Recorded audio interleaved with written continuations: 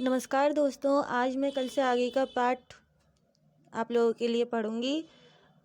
अगर आप लोगों को मेरी वीडियोस अच्छी लगती हैं और आपको ये भोलेनाथ जी की कहानियाँ सुनना पसंद आ रहा है तो प्लीज़ गाइस आप लोग मेरे चैनल को सब्सक्राइब कर दो। और मैं अब से आपको फैमिली बुलाऊंगी, क्योंकि ज़रूरी नहीं कि मेरे एज के बराबर के लोग ही मेरी वीडियोस को देखें, क्योंकि जितने भी लोग मुझसे जुड़ेंगे वो मेरी फैमिली ही बनेंगे। कोई मेरी चाची हो सकता है, कोई मेरी दादी हो सकता है, दादाजी हो सकता है, चाचा जी हो सकते हैं, ताऊ जी, ताई, अंकल, कोई भी अंकल आंटी। ज़रूरी नहीं कि मेरी एज के साथ के लोग ही देखें। तो नमस्कार मेरी परिवार वालों को, सबको। और मैं अब भगवान शंकर जी का ध्यान से प्रारंभ करती हूँ, क्योंकि मैं कल भूल गई थी। ध्यान को मैंने इसमें रिकॉर्ड नहीं किया था, मैंने खुद पढ़ा था लेकिन रिकॉर्ड करना मैं भूल गई थी। तो ध्यान से स्टार्ट करना। ध्यान आपको हर रोज़ डेली आपको ध्यान अवश्य पढ़ना चाहिए। भगवान शंकर जी का ध्यान को पढ़ने से आपको पढ़ना चाहिए। भगवान शंकर जी का ध्यान पढ़ना चाहिए, ध्यान करना चाहिए। अश्री शिव ध्यानम प्रारंभ। वंदे देव उमापतिं स्वर्गुरु वंदे जगत्कारणं वंदे पनभूषणं मृगधरं वंदे पशूनां पतिं वंदे सूर्य शशांक भयनयनं वंदे मुकुंद प्रियं वंदे भक्तजनाश्रयं च वरदं वंदे शिवं शंकरं। श्री पार्वती जी के पति देवताओं में श्रेष्ठ, जगत के कारण रूप चंद्रमा तथा शेषनाग जी को आभूषण रूप से धारण करने वाले नंदीश्वर के स्वामी, नेत्रों में सूर्य तथा चंद्रमा की ज्योति से प्रकाशमान, श्री विष्णु भगवान के प्रिय, भक्तजनों के आश्रय स्थान तथा श्रेष्ठ वरदाता भगवान शंकर जी की मैं वंदना करती हूँ। ओम नमः शिवाय। अस्ति शिव उपासना प्रारंभ। नमामि तात शंकरम सुरमय चंद शिखर नमा उमा महेश्वरम स्वभक्त कल्पपात्मः तमेकमेकमीश्वरम शिवम अनादि देवतम नमामि प्रेम मंगलम जगद्गुरु च शाश्वत में। अस्ति शिव उपासना संपूर्णम। आज हमें 7वें भाग से 7वें अध्याय से प्रारंभ करना है। कथा को श्रवण करने वाले व्रती के नियम। सौनक जी बोले, हे सूत जी, आपने इस परम पवित्र कथा की विधि तो सुना दी, अब कृपया लोकहित के लिए शिव महापुराण के श्रवण करने वाले व्रतियों का नियम सुनाइए। सूत जी बोले, हे सौनक, उन पुरुषों का नियम सुनो जिससे कि उन्हें निर्विघ्नता पूर्वक श्रवण करने का फल मिलता है। दीक्षा रहित पुरुषों को कथा श्रवण करने का कोई अधिकार नहीं, अतः श्रोताओं को पहले वक्ता दीक्षा लेनी चाहिए। व्रती को ब्रह्मचर्य पालते हुए भूमि शयन तथा पत्रावली पर भोजन करना चाहिए। भोजन कथा के समाप्त होने पर करें। पुराण समाप्ति तक उपवास अथवा एक समय भोजन करें। शुद्ध मन से शिव पुराण को सुने। घृत दुग्ध फलाहार अथवा एक समय भोजन करके कथा श्रवण करें, अथवा एक बार खीर का भोजन करें। जिनसे कथा में विघ्न पड़ने का भय रहता है वह गरिष्ठ दालें, अन्न, चौरा या राजसीवी के बीज, मसूर की दाल, बासी चीजें व्रती ना खाएं। पलांडु यानी कि प्याज, लहसुन, हींग, नशीली वस्तुएं आदि संज्ञक चीजों को व्रती छोड़ दें। बैगन, कलिंद, पिचंड, मूली, पेठा, नालिका, शाक, भुना मूल इन्हें व्रती ना खाए। काम आदि 6 विकार, ब्राह्मणों की निंदा, पतिव्रता एवं साधुजनों की निंदा करना छोड़ दें। रजस्वला ना देखें। पतितों से बात ना करें। ब्राह्मण द्वेषी, वेदों को ना मानने वालों के साथ व्रती ना बोले। सत्य, शुद्ध, शुद्धता, दया, मौन, सरलता, विनय, उदारता आदि गुण व्रती में होने चाहिए। निष्काम भाव अथवा सकाम भाव से कथा सुने। सकाम की कामना सिद्ध होती है, निष्काम की मुक्ति होती है। दरिद्री, क्षयी, रोगी, पापी, निर्भोगी, निसंतान पुरुष इस कथा का श्रवण करें। 7 प्रकार की दुष्ट स्त्रियां एवं जिनका गर्भ स्राव हो जाता हो। इस उत्तम कथा को श्रवण करें। हे मुने, स्त्री पुरुष सबको शिव पुराण की कथा सुनानी चाहिए। शिव पुराण के पारायण के दिन कोटि यज्ञ के समान अति उत्तम मानने चाहिए। उन उत्तम दिनों में अल्प वस्तु भी विधि से दान की जाए तो उसका अक्षय फल होता है। इस प्रकार व्रती विधि पूर्वक कथा सुनकर परम आनंद से उद्यापन भी करे। यह उद्यापन फल चाहने वाले पुरुषों को 14 के दिन करना चाहिए। निष्किंचन यानी कि गरीब भक्तों को उद्यापन का आग्रह नहीं, क्योंकि वे शिव के निष्काम भक्त हैं। वे श्रवण से ही पवित्र हो जाते हैं। इस पारायण के यज्ञ उत्सव की समाप्ति पर श्रोताओं को भक्ति पूर्वक पूजा करनी चाहिए। शिव पूजन की भांति पुस्तक का भली भांति पूजन करे। उसके अनंतर वक्ता का विधि पूर्वक पूजन करे। पुस्तक आच्छादन के लिए नवीन वस्त्र एवं बांधने के लिए रेशमी डोरी दे। जो पुराण के लिए नया वस्त्र तथा रेशमी डोरी देते हैं वे युग युग तक ज्ञानी एवं संपन्न होते हैं। बाँचने वाले को अनेकों प्रकार के वस्त्र आभूषण दिव्य पात्र देने चाहिए। जो पुरुष पुस्तक के आसन के लिए कंबल अजीन रेशमी वस्त्र चौकी पटा आदि देते हैं वे स्वर्ग में पहुँच मन चाहे भोगों को भोग कर ब्रह्मलोक में एक कल्प निवास करके फिर शिव लोक प्राप्त करते हैं। इस प्रकार पुस्तक तथा वक्ता का पूजन करके सहायता के लिए बैठे हुए पंडित का भी पूजन करे। ब्राह्मणों का अन्न धन आदि से सत्कार करे। फिर गायन नृत्य आदि से महान उत्सव मनाए। श्रोता यदि विरक्त हो तो दूसरे दिन जो शिव ने श्री रामचंद्र जी के प्रति कही है उस गीता का पाठ करे। श्रोता यदि गृहस्थ हो तो कर्म की शांति के लिए होम करे। रुद्र संहिता के श्लोकों से अथवा गायत्री मंत्र से या इस महापुराण के तत्वों से होम करे अथवा शिव के पंचाक्षर मंत्र से होम करे। छोटे मोटे दोषों की शांति के लिए भक्ति पूर्वक शिव सहस्त्र नाम का पाठ करे। इससे फल सफल हो इसमें संशय नहीं है। 11 ब्राह्मणों को मधु तथा खीर के भोजन कराए और दक्षिणा दे। सामर्थ्य हो तो 3 पल सोने का सिंह बनवाकर शिव संतुष्टि के अर्थ दान करे। दान के प्रभाव से एवं प्राण के प्रभाव से शिव जी के अनुग्रह से मनुष्य पाप मुक्त हो जाता है। ऐसा करने पर शिव महापुराण भक्ति मुक्ति के साथ संपूर्ण फल देता है। हे शौनक जी, यह शिव महापुराण का महात्म्य है जो मैंने सुना दिया। अब और क्या सुनना चाहते हो? श्री शिव महापुराण तो प्राणों का ताज है। जो प्राणी इस संसार में विश्वनाथ का ध्यान करते हैं और उनकी वाणी शिव गुणों की स्तुति करती है वे भवसागर से तर जाते हैं। इति श्री शिव महापुराण महात्म्य संपूर्णम। अब इस शिव महापुराण की ना जो संहिताएं मैंने आपको बताई थी वो शुरू होंगी। तो सबसे पहले है श्री विद्येश्वर संहिता। इसका पहला अध्याय तीर्थराज प्रयाग में ऋषि मुनियों की सभा।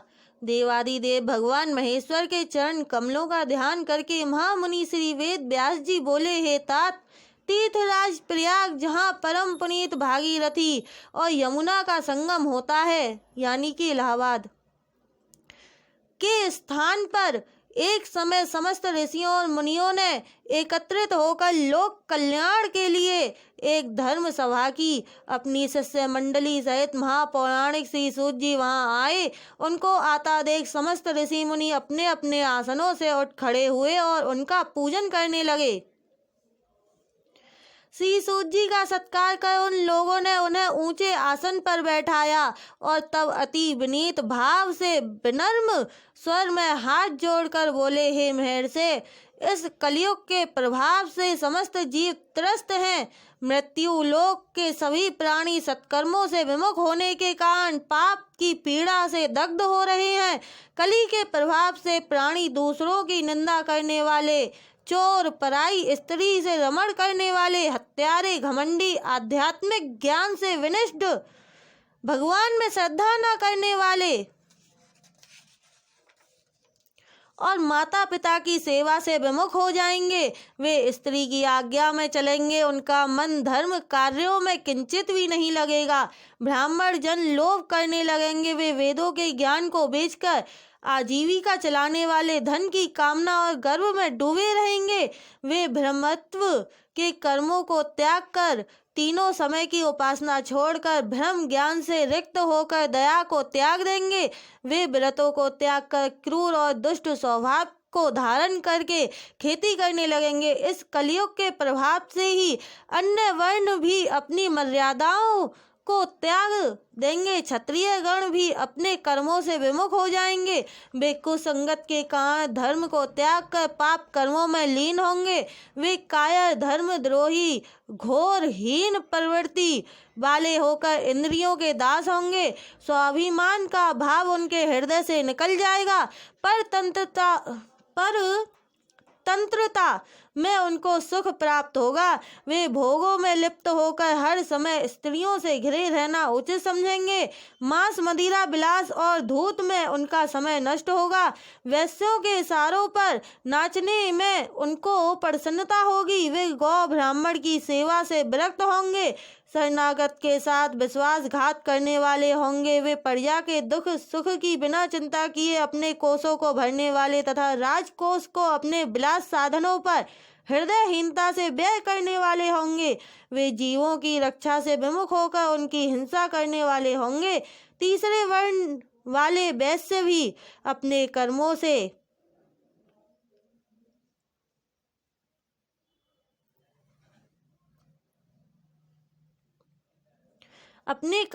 विमुख होंगे। वे सनातन संस्कारों से हीन होंगे। धर्म को त्याग अधर्म को ग्रहण करेंगे और तराजू की डंडी को अधर्म वृत्ति के कारण कौशल से अपने पक्ष में चलाकर अधिक से अधिक लाभ करना ही अपना परम ध्येय समझेंगे। वे हृदयहीन होकर दरिद्रों का खून चूसेंगे और नाना प्रकार के उनको त्रास देकर अपना अर्थ लाभ करेंगे। उन्हें अपने गुरु, इष्ट देवता और ब्राह्मण के प्रति श्रद्धा न होगी। वे महान कामुकहीन मनोवृत्ति वाले और स्वार्थी होंगे। वे लोभ के वशीभूत होकर अपनी कन्या तक का विक्रय करने में ना चूकेंगे। इसी प्रकार शूद्र भी अपने कर्मों से च्युत होंगे। वे स्नान कर अपने शरीर पर ब्राह्मणों के समान तिलक तथा छापे लगाएंगे। वे ब्राह्मणों की तरह आचार विचार करेंगे। वे ब्राह्मणों से धर्म पर तर्क वितर्क करने वाले होंगे। वे घरों में शालिग्राम की स्थापना करेंगे और यज्ञ होम आदि करने वाले होंगे। वे ब्राह्मणों की निंदा करेंगे। विद्या अध्ययन करके धन लाभ करेंगे। वे धनी होकर अपनी सत्ता जमाना चाहेंगे और धन के मद से उनको अतिशय अभिमान तथा दर्प होगा। वे समस्त वर्णों में महान पातकी, दुष्कर्मी और क्रूर कर्म वाले सिद्ध होंगे। इसी प्रकार स्त्रियां भी अपने धर्म से पतित होंगी। वे परम कामुक होकर पराये पुरुषों को अपने प्रेम जाल में फंसाने वाली, पति से कलह और यार से प्रेम करने वाली होंगी। उन्हें माता पिता, सास ससुर आदि का भय नहीं रहेगा। वे परम विलासिनी हो समय असमय का बिना विचार किए, कुपात्र सत्पात्र आदि का बिना ध्यान किए अपनी काम वासना को शांत कराने वाली होंगी। वे अपने विलास के कारण सदैव रोगी रहेंगी और गृहस्थी के प्रति उनमें मोह नहीं होगा। हे सूत जी, जब समाज का ढांचा पाप में होगा तो इन स्त्री पुरुषों से उत्पन्न संतान का भविष्य क्या होगा। माता पिता के आचरण देखने वाली वह संतान कब धर्म में स्थित रह सकती है, जब हर तरफ हर ओर पाप ही पाप दृष्टिगत होगा तो धर्म की रक्षा किस प्रकार संभव है। पापाचार के द्वारा बड़े हुए इस महान बोझ को पृथ्वी किस तरह उठा सकने में समर्थ होगी। धर्म की क्षय होने से गौ देवता, धर्म, ब्राह्मण की रक्षा कैसे होगी। हे मुने, कलयुग के बढ़ते हुए इन चरणों को देखकर हम सब व्यर्थ हैं और लोक कल्याण के लिए उचित उपाय विचार करने के लिए ही हमने यहाँ इस सभा का आयोजन किया है। आप समस्त धर्मों के ज्ञाता तथा महान परोपकारी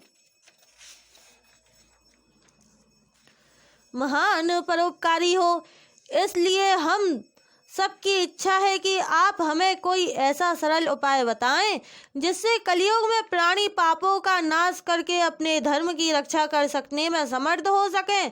ऋषि जनों के इस परम कल्याणकारी निवेदन को सुनकर श्री सूत जी कुछ देर तक मौन रहे। उन्होंने मन ही मन भगवान शंकर के चरणों का ध्यान किया। जब उनको परम शांति प्राप्त हुई तो वे मधुर मधुर मुस्कुराते हुए ऋषि जनों से बोले। यहाँ हमारा प्रथम अध्याय संपूर्ण हो जाता है। दूसरा अध्याय शुरू होता है शिव महिमा और शिव महापुराण का वर्णन। श्री सूत जी बोले, हे मुनीश्वरों, आप लोगों ने समस्त लोगों के कल्याण के लिए जो उत्तम प्रश्न किया उसे सुनकर मुझे परम सुख प्राप्त हुआ है। कलयुग वास्तव में पापों का मूल स्रोत है।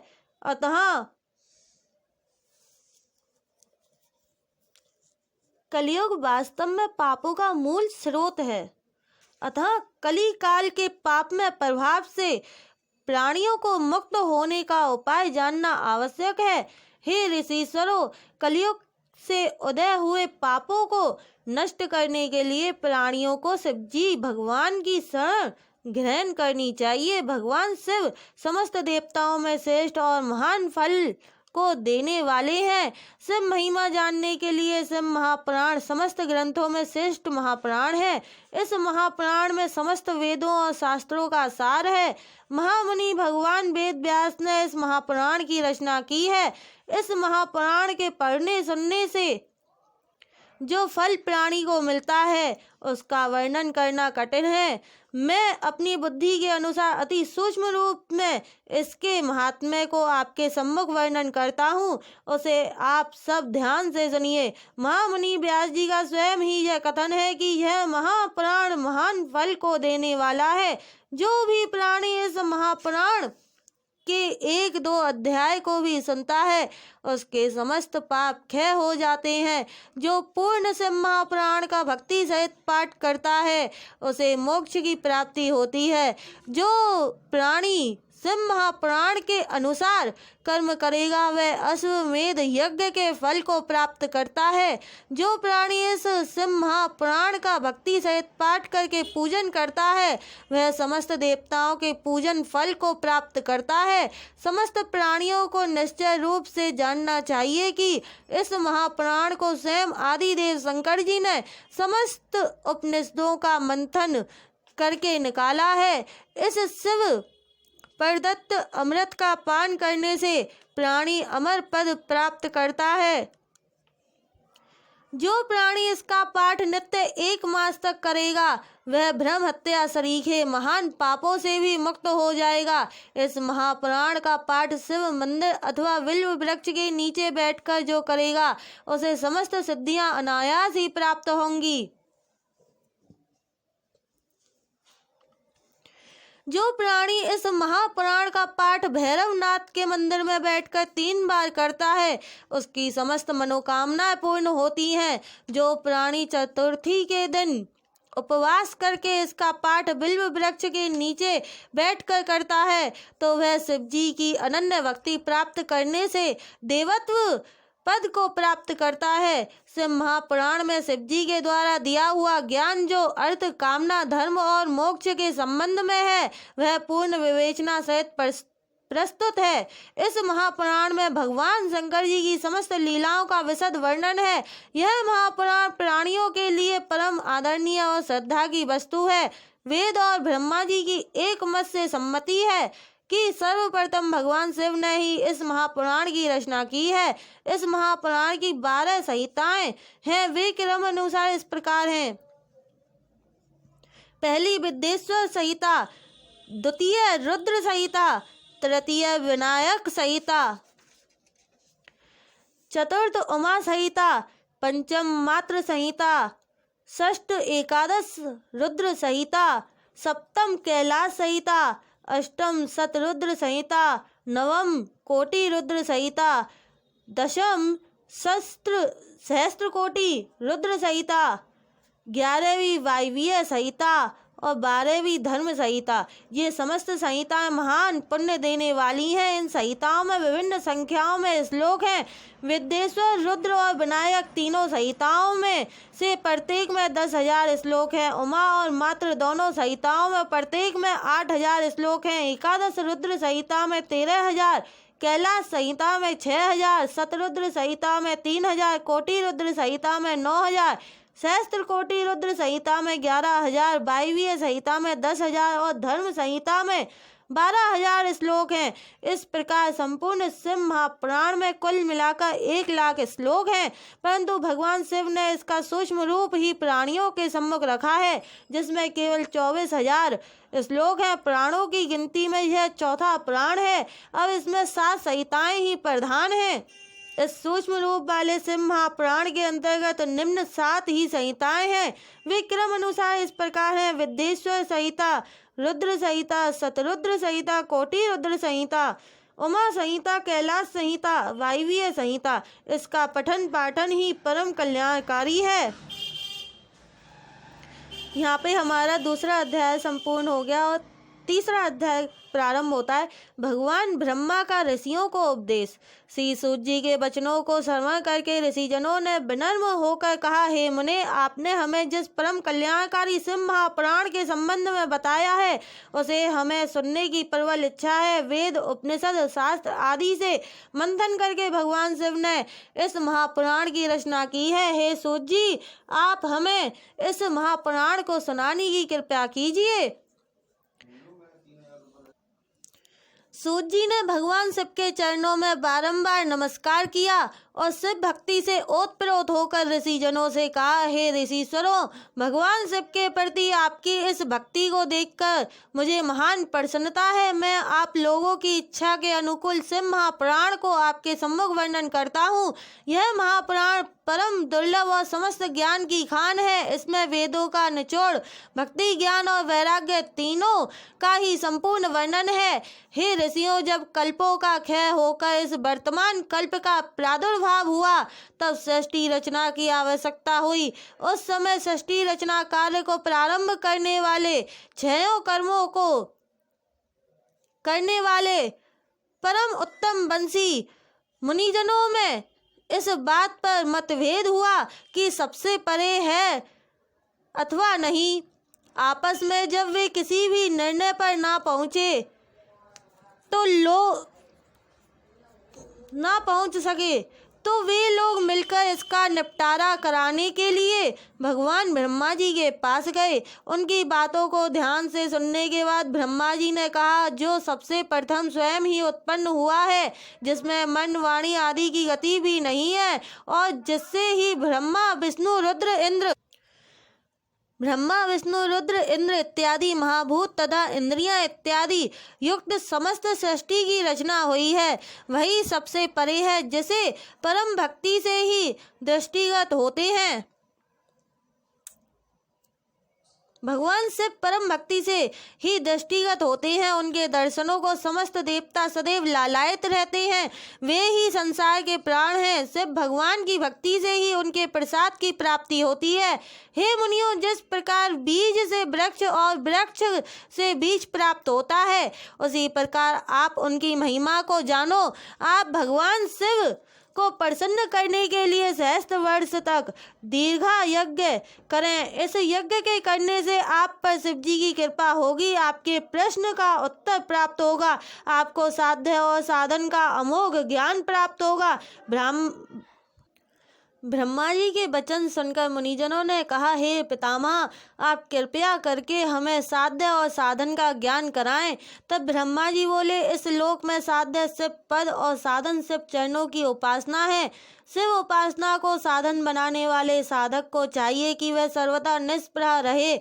इस प्रकार शिव चरणों की उपासना करने वाला शीघ्र ही शिव भक्ति प्राप्त करता है। भगवान शिव प्राणी को उसकी साधना के अनुसार फल देते हैं।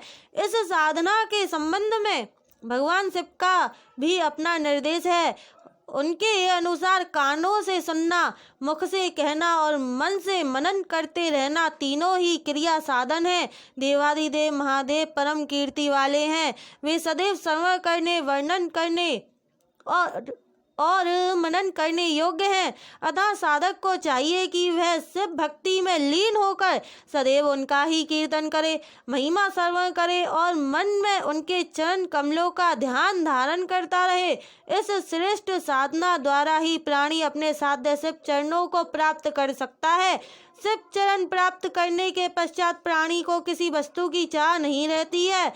इससे समस्त फल स्वतः ही प्राप्त होते रहते हैं। बुद्धिमान जन पहले गुरुमुख से शिव महिमा को श्रवण करते हैं, फिर गुरुमुख से सुनी शिव महिमा को स्वयं अपने मुख से अन्य प्राणियों को श्रवण कराते हैं। तत्पश्चात वे शिव भक्ति को हृदय में धारण करके शिव प्रसाद को प्राप्त करते हैं। यह संभव है कि ऐसा करने में प्रारंभ में उनको कुछ क्लेश का अनुभव हो, परंतु यह नितांत सत्य है कि अंत में उनको महान आनंद की प्राप्ति होती है, उनका सर्वदा कल्याण होता है।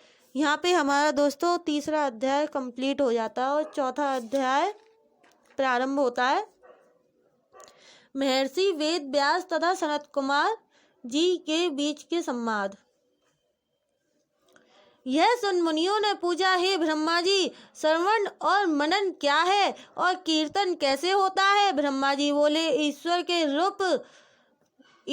रूप गुण नाम और उनकी लीलाओं को अपने पूजन और जाप से रुचि बढ़ाना और सदैव अपने मन को उनके चरणों में रखना ही मनन है।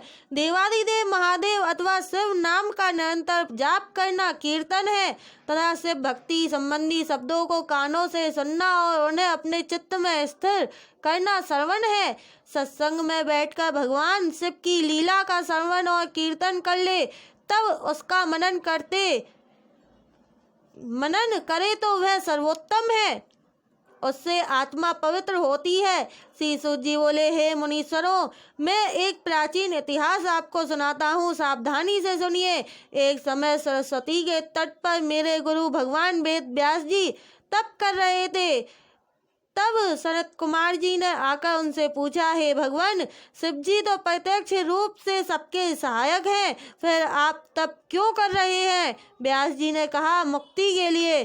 तब सनत कुमार जी बोले, मुझे भी ऐसा ही भ्रम हुआ था, मंदराचल पर जाकर तप करने लगा, परंतु जब शिव जी की आज्ञा से नंदिकेश्वर ने मेरे पास आकर मुझे बताया कि शिव जी के श्रवण कीर्तन और मनन से ही मुक्ति प्राप्त हो जाती है, तब मेरा भ्रम दूर हो गया। अतः हे ब्राह्मण, आप भी ऐसा ही करो। यह कहकर सनत कुमार जी चले गए। तब ऋषियों ने सूत जी से पूछा, जो श्रवण कीर्तन और मनन नहीं करता, उस प्राणी की मुक्ति कैसे होती है? वह कैसे मुक्ति प्राप्त कर सकता है? हे मुने, कृपा करके आप हमें उस रहस्य को बतावें, ताकि इससे उन अज्ञानियों को भी मोक्ष प्राप्त हो सके जो ऐसा करने में समर्थ नहीं है।